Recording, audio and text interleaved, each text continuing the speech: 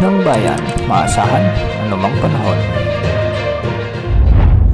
Magandang araw po sa ating lahat. Narito ng pinakaling update sa magiging lagay ng ating panahon sa mga susunod na oras. Sa kasalukuyan ay may minomonitor tayong low pressure area sa hilagang bahagi ng ating bansa at hulitong namataan sa layong 435 kilometers hilaga-hilagang silangan ng Itbay at Batanes at nasa katamtaman naman ang tsansa nitong lumakas bilang bagyo sa susunod na 24 oras. Ayon sa Pag-asa ay posibleng itulak ito ng amihan o northeasterly wind flow pababa at posibleng magdala ng mga pag-ulan sa ilang bahagi ng extreme northern Luzon sa mga susunod na mga araw. Hindi naman ito nakikitang lalakas bilang bagyo, kung sakali man ay tatawagin itong Salome kung sakali lamang na ito ay lumakas bilang ganap na bagyo. Pero sa ngayon nasa katamtaman pa rin ang tsansa nito na maging ganap na bagyo. Samantala nakakaapekto naman ang Intertropical Convergence Zone sa Negros Island Region, Central Visayas, Zamboanga Peninsula, Northern Mindanao, Sorsogon,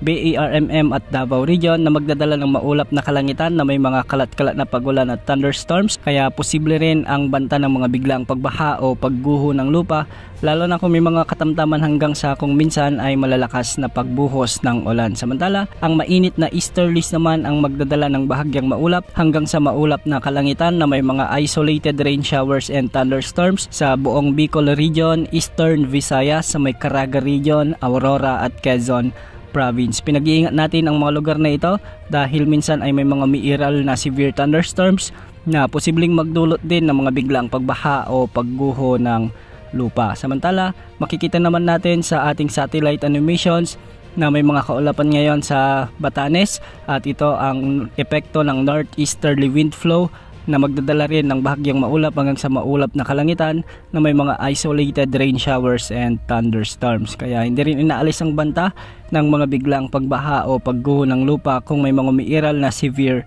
thunderstorms. Sa ngayon may mga kalat-kalat na pag-ulan sa Metro Manila at nalalabing bahagi ng ating bansa. Ito ay dulot naman ng mga umiiral na localized thunderstorms. Mag-ingat pa rin sa banta ng mga pagbaha at pagguho ng lupa dahil may mga umiiral din na kung minsan ay severe thunderstorms. Para sa lagay ng mga pag-alon sa ating mga karagatan, ang mga baybaying sakop ng extreme northern Luzon ay posibleng umabot hanggang 4 na metro, medyo mataas ito.